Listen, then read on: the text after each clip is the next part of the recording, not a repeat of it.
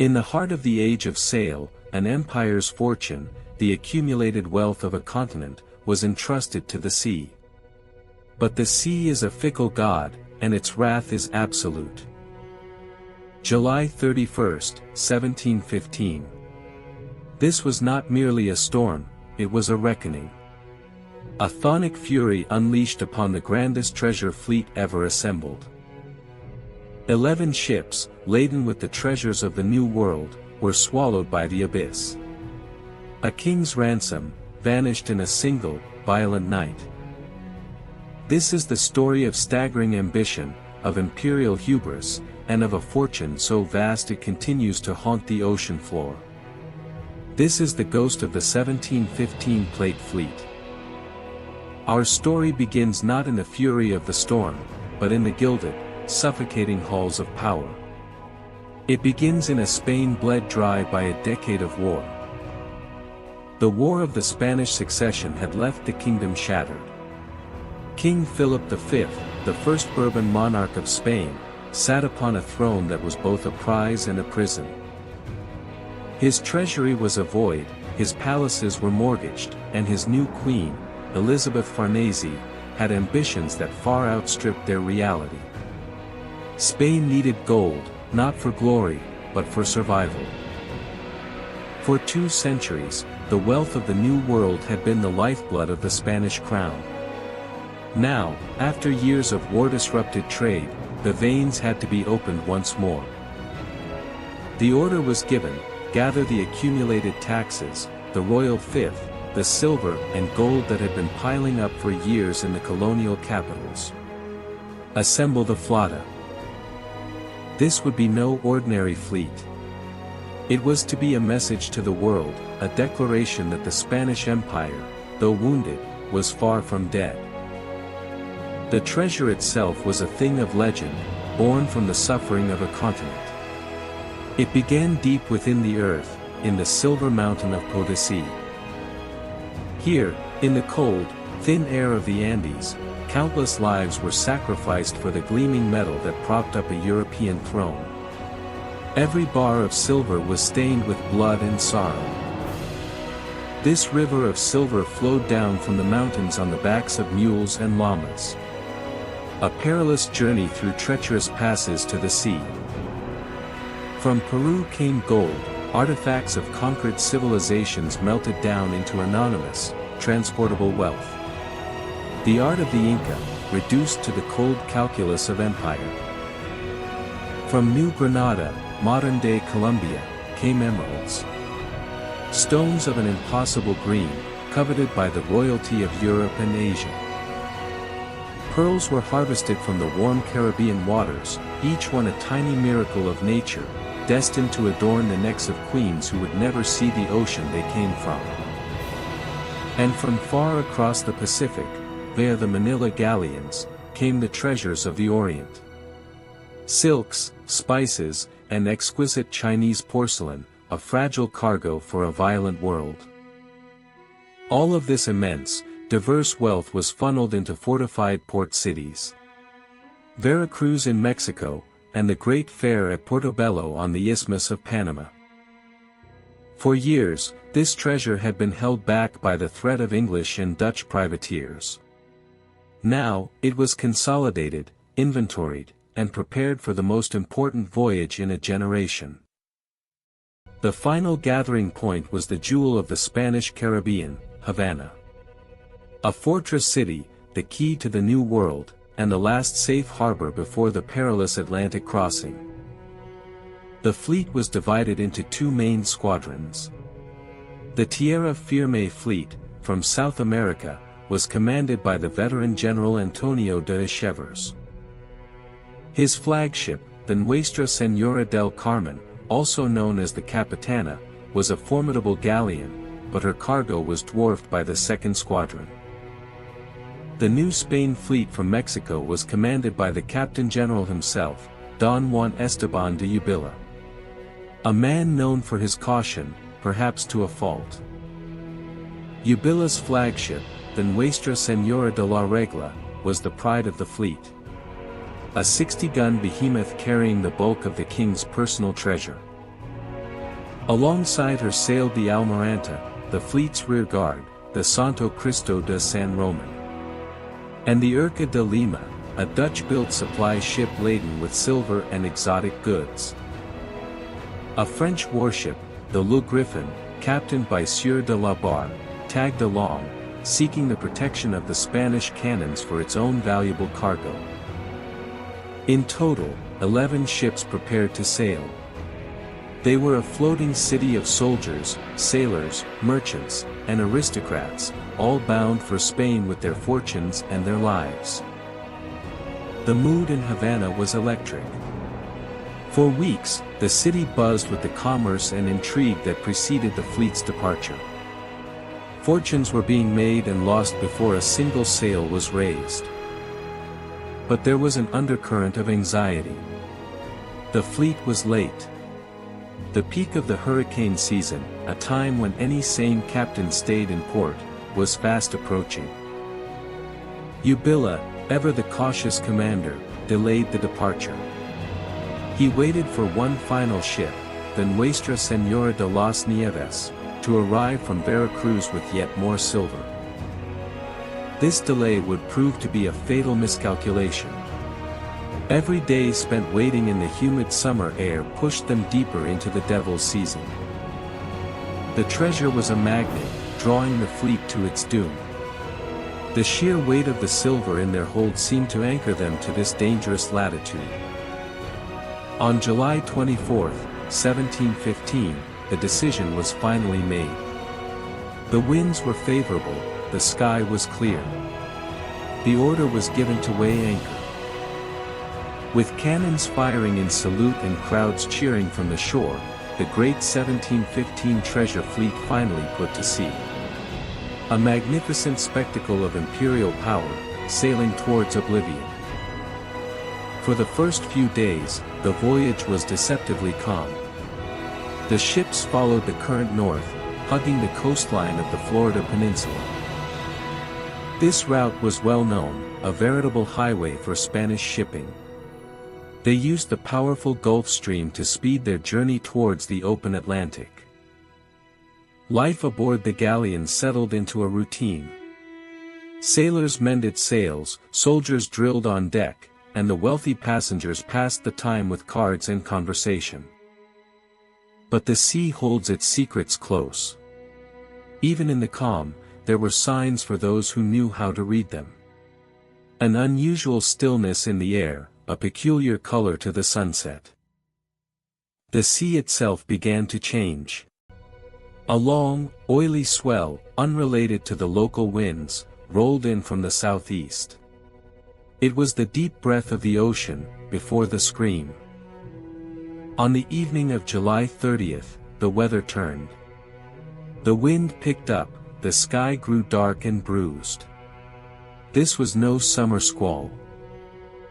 The fleet was off the coast of what is now Vero Beach, Florida. They were trapped. To their west, the treacherous reefs and shoals of the coastline. To their east, the full, unimaginable fury of a Category 5 hurricane. Ubilla gave the signal to head into the wind, to try and ride it out in the open sea. But it was too late. The storm was upon them. The wind came with a roar, a physical presence that tore at the rigging and flattened the sea before whipping it into a white frenzy. Rain fell not in drops, but in horizontal sheets. The great galleons, the pride of the Spanish Navy, were tossed about like children's toys. Masts, thicker than a man's body, snapped with reports like cannon fire. Below decks was a hell of darkness, confusion, and rising water. The terrified screams of passengers mingled with the groaning death agony of the ship itself. The ships were driven west, pushed relentlessly towards the unseen line of jagged reefs. The sound of the surf, a roar even louder than the hurricane, was their death knell. One by one, they struck. The sound of a hull ripping open on coral is a sound no survivor ever forgets.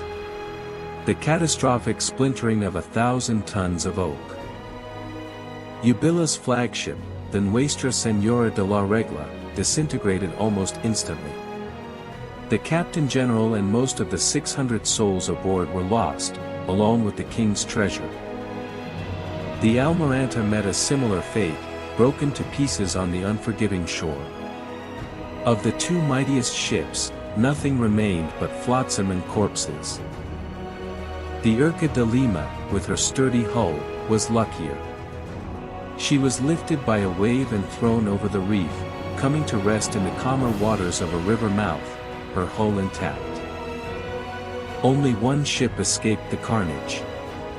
The French frigate Le Griffin, lighter and more maneuverable, had managed to claw its way offshore before the storm hit its peak, a lone witness to the fleet's destruction.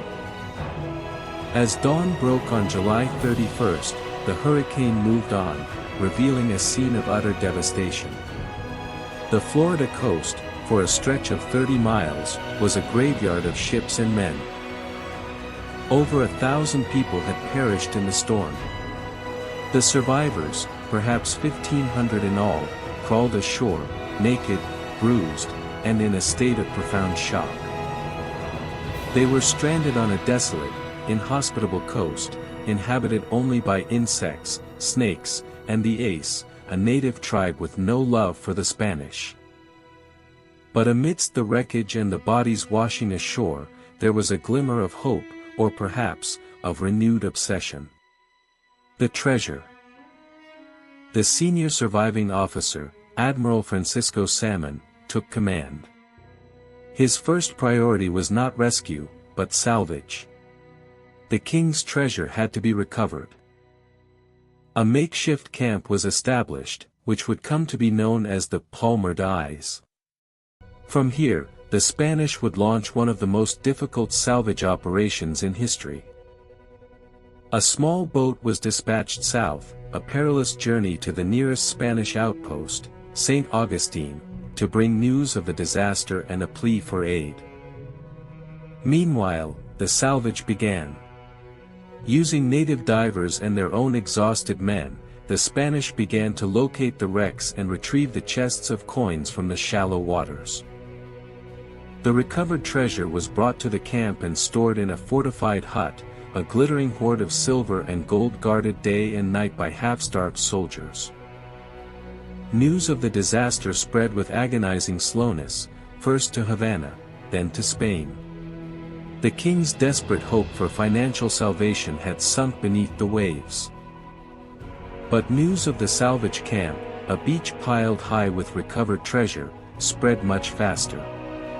It traveled on the whispers of sailors and merchants, reaching the pirate havens of Jamaica and the Bahamas. For men like the English privateer-turned-pirate Henry Jennings, this was the opportunity of a lifetime. A weakened, distracted Spain, with a fortune just sitting on a beach for the taking. Jennings gathered a small fleet of pirate sloops. They were not interested in finding sunken treasure, they were interested in stealing the treasure the Spanish had already found. They descended upon the Spanish salvage camp like wolves on a fold. The few hundred exhausted Spanish soldiers were no match for 300 battle-hardened pirates. Jennings and his men easily overwhelmed the defenders and made off with over 350,000 pieces of eight. It was one of the single greatest pirate heists in history. The raid was a profound humiliation for Spain. Not only had God, or nature, destroyed their fleet, but now scavengers were picking at the bones. Despite the pirate attacks, the Spanish salvage efforts continued for another 4 years. They ultimately recovered a remarkable amount, perhaps half of the registered treasure. But millions in gold, silver, and emeralds remained. The unregistered treasure, the personal wealth of the passengers, the contraband, it was all still there, scattered across the seabed. Eventually, the Spanish gave up. The wrecks were forgotten, buried by the shifting sands. The story of the 1715 fleet passed into legend, a ghost story told by Florida fishermen. For 2.5 centuries, the treasure slept. An empire's ransom, waiting in the dark, silent depths. Then, in the 1960s, a new kind of explorer emerged. A man named Kip Wagner, a house builder with a passion for history, began to investigate the old legends.